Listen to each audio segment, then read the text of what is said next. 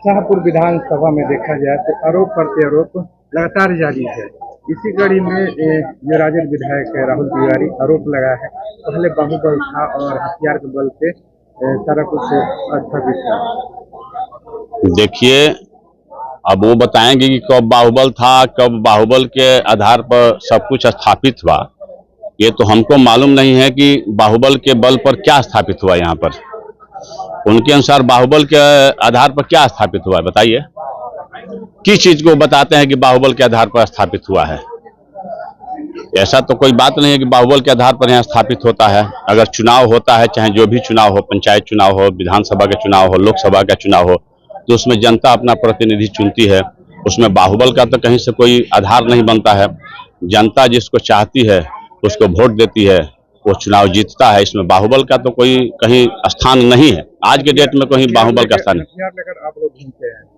देखिए, हथियार लेकर के हम लोग घूमते हैं, ये तो उनकी मानसिकता है कि कौन हथियार लेकर घूमता है, कौन हथियार लेकर नहीं घूमता है। और वो भी मेरे समझ से तो उनके भी लोग जो है वो हथियार लेकर के घूमते हैं। हम तो हथियार लेकर के कभी नहीं घूमते हैं। हमको कभी देखे हैं कि हम हथियार लेकर के घूम रहे हैं? मुनि देवी हथियार लेकर के घूम रही है, देखे हैं?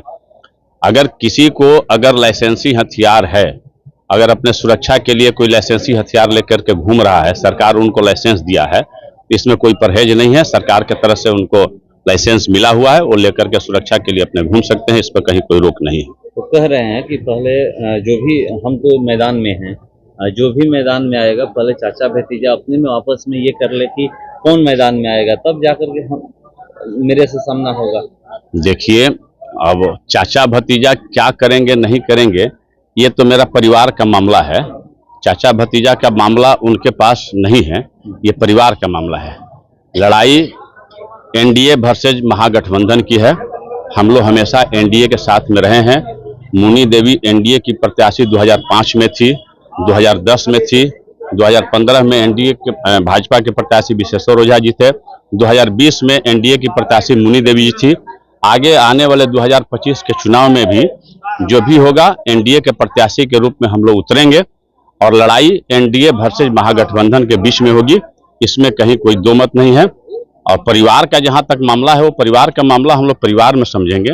उनको ये चिंता करने की जरूरत नहीं है कि चाचा भतीजा और चाचा, ये तो अलग की बात है। वो इसी के भरोसे पर अगर हैं तो जनता इस बार उनको सबक सिखाएगी कि कौन क्या कर रहा है। हम लोग सेवक के तरफ हम लोग सेवा कर रहे हैं। शाहपुर विधानसभा के रात दिन लगे हुए हैं। हम लोग विधायक नहीं रहते हुए भी लोगों की सेवा कर रहे हैं, लोगों को इलाज करा रहे हैं, लोगों की स्वास्थ्य सुविधा उपलब्ध करा रहे हैं। चाहे कोई भी आपदा और विपत्ति अगर शाहपुर विधानसभा के हमारे लोगों के ऊपर आती है तो 12 बजे रात में भी हम लोग उनके लिए तैयार रहते हैं। खास करके मैं अपने बारे में कह रहा हूं, और इसी के आधार पर हम लोग जनता के बीच में जाएंगे। एक सेवक की तरह हम लोग सेवा कर रहे हैं और सेवा के अनुसार हम लोगों के पास जाएंगे और सेवा के हम अपने अनुरूप हम लोगों से वोट मांगेंगे। अगर जनता चाहेगी तो चुनाव में हम लोग जीत हासिल करेंगे, जनता नहीं चाहेगी तो चुनाव हम लोग नहीं जीतेंगे।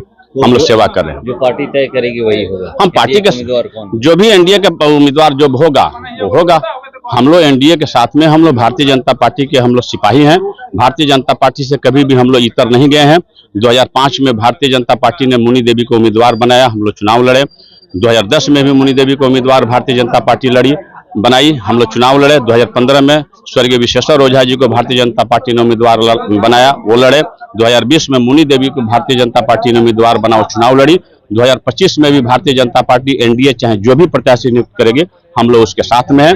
हम लोग सेवा कर रहे हैं। हम लोग विश्वास है कि सेवा की बदौलत हम लोग पार्टी का काम कर रहे हैं। रात दिन जो भी पार्टी का निर्धारित कार्यक्रम है मुनि देवी के देखरेख में हम लोग कर रहे हैं। हम लोग पूरा विश्वास है कि पार्टी के कार्यक्रम के अनुसार, सेवा के अनुसार भारतीय जनता पार्टी मुनि देवी को पुनः भारतीय जनता पार्टी के उम्मीदवार 2025 में बनाएंगे और मुनि देवी के नेतृत्व में हम लोग चुनाव लड़ेंगे और इस बार हम लोग जरूर जीत हासिल करेंगे।